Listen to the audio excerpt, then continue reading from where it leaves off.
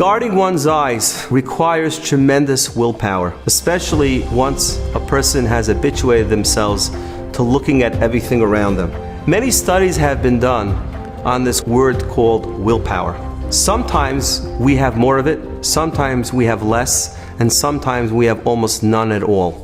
A study was done in Israel where they looked at many cases that came before a parole judge over a long period of time. And they wanted to see if there were any metrics that they could find which would predetermine why a person would be granted parole or why they would not.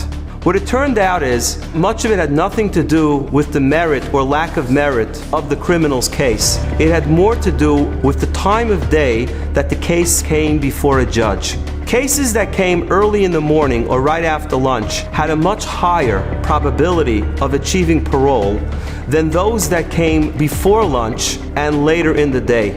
And the reason they determined is that to grant parole to a criminal, to put somebody back on the street, requires a lot more willpower than to just stick with status quo and send them back to prison. Before lunch, when the judge was hungry, or later in the day when he was exhausted, he was sapped of his willpower, and therefore he was unwilling to grant parole. What does this have to do with us? You will notice that there are times in the day when you have more willpower to avert your eyes and times that you don't. I noticed this years ago when I would still take the train or the subway to and from my job.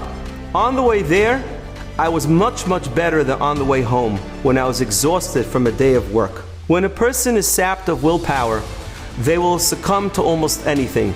Whether it's a fattening cheese Danish that they know they shouldn't eat, sometimes alcohol and forbidden sights. It would behoove us to be much more mindful of where our willpower reservoir stands and create strategies around that.